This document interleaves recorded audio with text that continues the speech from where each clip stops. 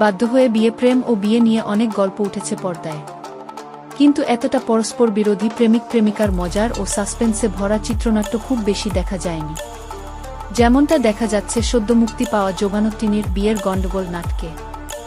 জয়নাল আবেদিনের চিত্রনাট্য আর মাশরিকুল আলমের গল্প ও পরিচালনায় নাটকটি নির্মিত হয়েছে সিএমবির ব্যানারে, যা ইউটিউবে উন্মুক্ত হয়েছে ৯ জানুয়ারি।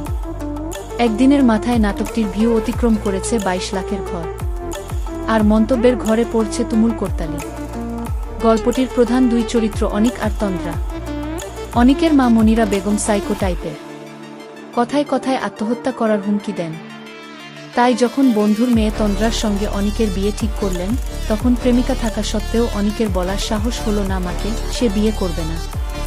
অন্যদিকে তন্দ্রারও প্রেমিক আছে, কিন্তু তার বাবা প্রচণ্ড রাগী, তার বিরুদ্ধে কথা বলার সাহস পুরো এলাকায় কারোর নেই।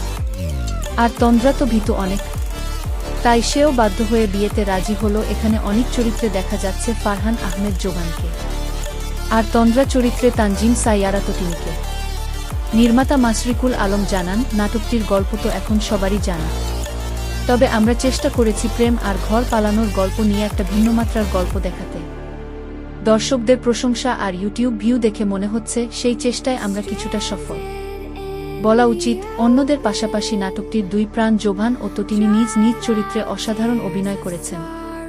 বিয়ের গন্ডগোলে আরও অভিনয় করেছেন মনিরা মিঠু, কচি খন্দকার, মাহমুদুল ইসলাম মিঠু, মিলি বাশার প্রমুখ। নাটকটি প্রযোজনা করেছেন এসকে শাহেদ আলী পাপ্পু।